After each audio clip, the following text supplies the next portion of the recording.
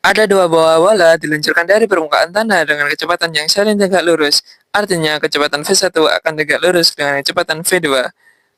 Kecepatan V2 akan membentuk sudut sedemikian hingga V1 dan V2 membentuk sudut siku-siku 90 derajat, yang menandakan V1 akan tegak lurus V2.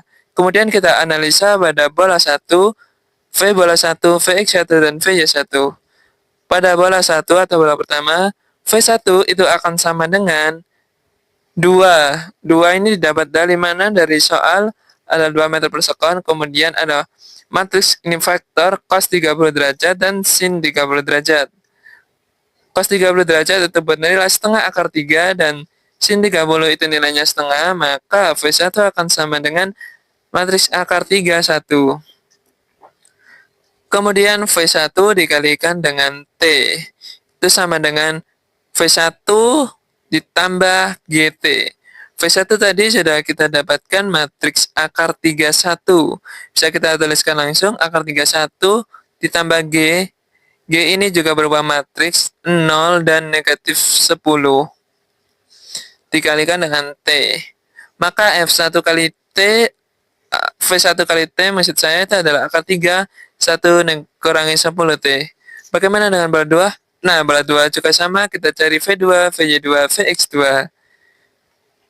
V2 dari bola 2 ini bisa dilihat di soal, itu diberi keterangan V2 akan sama dengan 2 akar 3. Kita kalikan dengan matriks negatif sin 30 dan cos 30.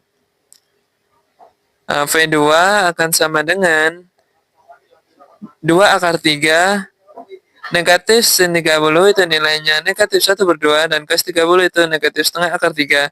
Maka V2 akan bernilai matriks negatif akar 3, 3. Sama seperti sebelumnya, kita perlu tahu V2 kali T itu berapa sih?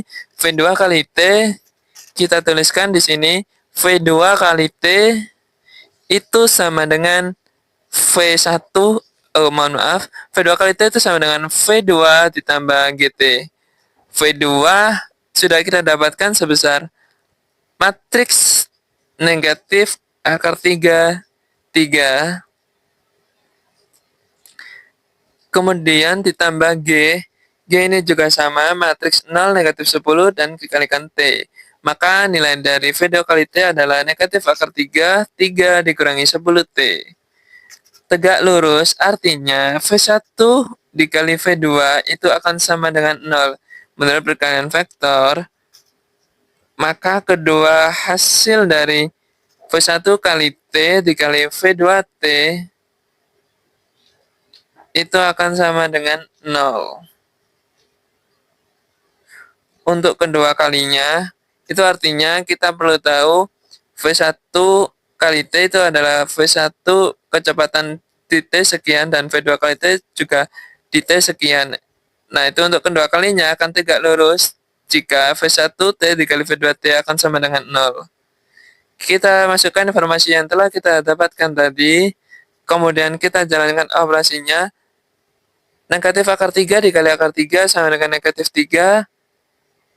1 dikurangi 10T dikali 3 dikurangi 10T akan sama dengan 0. Negatif 3 ditambah 3 dikurangi 10T dikurangi 30T ditambah 100T kuadrat itu harus sama dengan 0. Didapatkan persamaan kuadrat begini, 100T kuadrat dikurangi 40T itu sama dengan 0. Maka bisa kita sederhanakan menjadi 5T kuadrat dikurangi 2T sama dengan 0. 5T kuadrat dikurangi 2T sama dengan 0, kita faktorkan keluar, T dikali 5T dikurangi 2 akan sama dengan 0. Jadi T akan sama dengan 0 sekon, atau T sama dengan 2/5 sekon. T sama dengan 0,4 sekon. Nah, ini adalah waktu yang dibutuhkan untuk kondisi V1 dan V2 akan tegak lurus kembali untuk kedua kalinya.